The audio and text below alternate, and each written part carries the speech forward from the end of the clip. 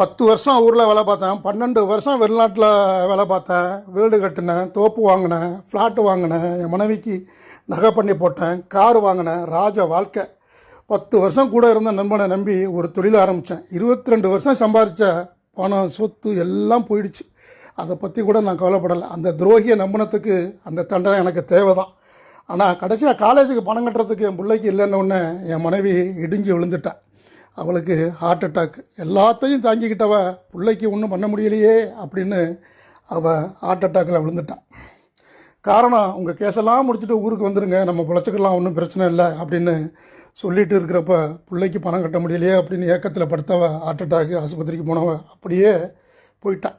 அந்த மரணத்துக்கு கூட என்னால் போக முடியலை. அப்பேற்பட்ட பாவினா நான். அந்த நண்பனை நம்பினத்துக்கு இந்த தண்டனை தேவை தான். 2 மாதம் கழித்து என் அம்மாவோட இறப்பு. அந்த இறப்புக்கும் போக முடியலை. ஒரு எதிரிக்கு கூட இந்த மாதிரி வரக்கூடாது.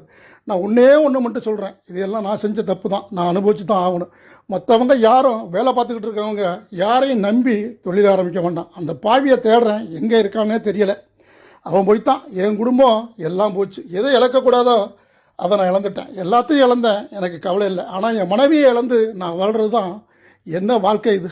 நல்லா யோசிச்சு பாருங்கள். ஒரே ஒரு புள்ள இருக்கிறான், இல்லைன்னா நான் இறந்துருவேன் அப்படின்னு கண்ணீர் விட்டு அழுகுறாரு. வெளிநாட்டில் உள்ள நட்பை மட்டும் யாரும் நம்பி எதையும் இறங்கிறாதீங்க. இந்த வெளிநாட்டில் ஏமாற்றப்படுறவங்க நிறையா பேர் நண்பன் அப்படிங்கிற துரோகியால் தான் அப்படிங்கிறத எல்லார்ட்டையும் சொல்லுங்க தம்பின்னு சொல்லிட்டு கண்ணீரோட இந்த கதையை முடித்தார்.